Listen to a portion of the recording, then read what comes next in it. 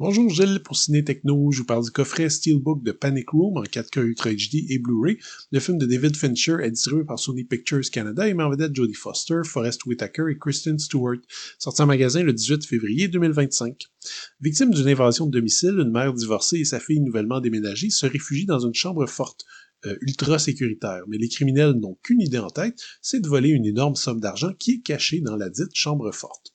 À mes yeux, Panic Room a toujours été un peu le mouton noir de la filmographie de David Fincher. J'ai pas encore vu Mank et The Killer, mais jusqu'à présent, j'ai aimé tous les films de Fincher, à l'exception de Panic Room.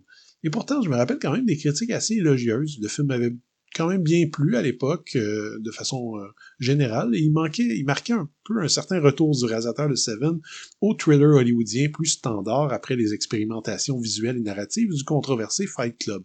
Je me suis souvent dit que j'ai peut-être passé à côté de quelque chose, que j'étais pas dans le bon état d'esprit ou que j'attendais autre chose.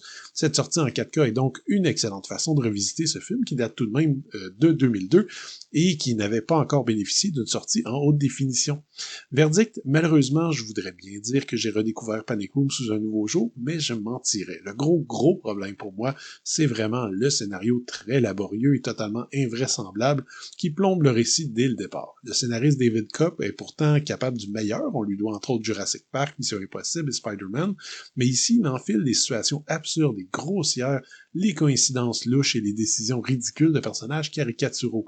Ce dont je me suis vraiment rendu compte, en fait, c'est que Panic Room comporte beaucoup de points très forts qui le distinguent facilement du lot de thriller hollywoodien conventionnel. Les performances, par exemple, sont excellentes de bout en bout. Même Jared Leto est crédible en truand agressif et bas de plafond.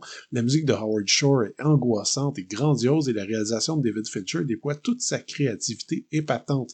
Il donne vraiment son 110% et ça paraît.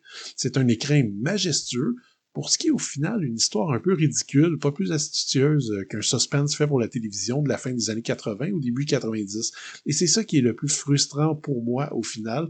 Presque tous les éléments de Panic Room frôlent la perfection, sauf le scénario, l'élément qui est finalement de base.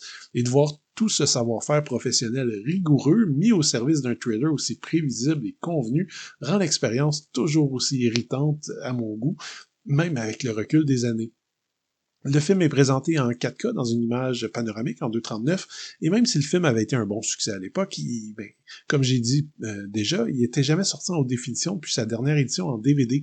Voilà qui est donc réglé, le résultat est facilement à la hauteur avec une image précise qui fait la part belle au contraste, aux couleurs glaçantes et à la noirceur de la photographie. On est chez Fincher, donc le film est visuellement splendide, et cette nouvelle version en 4K lui rend enfin justice. Les pistes audio sont offertes en anglais Dolby Atmos, True HD 7.1 ou DTS HD 5.1, en français, allemand, italien, espagnol DTS HD 5.1 ou espagnol ou thaï 5.1. Les sous-titres sont offerts dans ces langues ainsi qu'en portugais, arabe, danois, néerlandais, finlandais, coréen, mandarin, norvégien, suédois et turc. Côté bonus, on se rappelle qu'on est chez Fincher, donc on reprend l'énorme quantité de bonus qui se trouvait à l'époque sur l'édition spéciale en DVD. On ne trouve pas de bonus sur le disque 4K en tant que tel. Sur le disque Blu-ray qui est inclus dans le coffret, on trouve 3 pistes de commentaires et une série de featurettes sur la pré-production et sur la production du film, qui totalise quand même pas loin d'1 heure et demie. Le coffret contient un troisième disque, un Blu-ray qui contient donc le reste des bonus. On y trouve là une série de featurettes sur les effets spéciaux, sur la musique, sur le design sonore, sur la post-production, des bandes annonces et des analyses visuelles de séquences sélectionnées.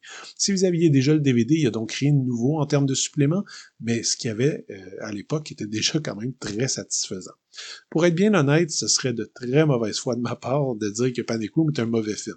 Selon presque tous les critères, c'est un excellent film qui a un visuel dantesque et des performances fortes à offrir, donc il n'y a aucun problème à comprendre que beaucoup de gens l'ont aimé.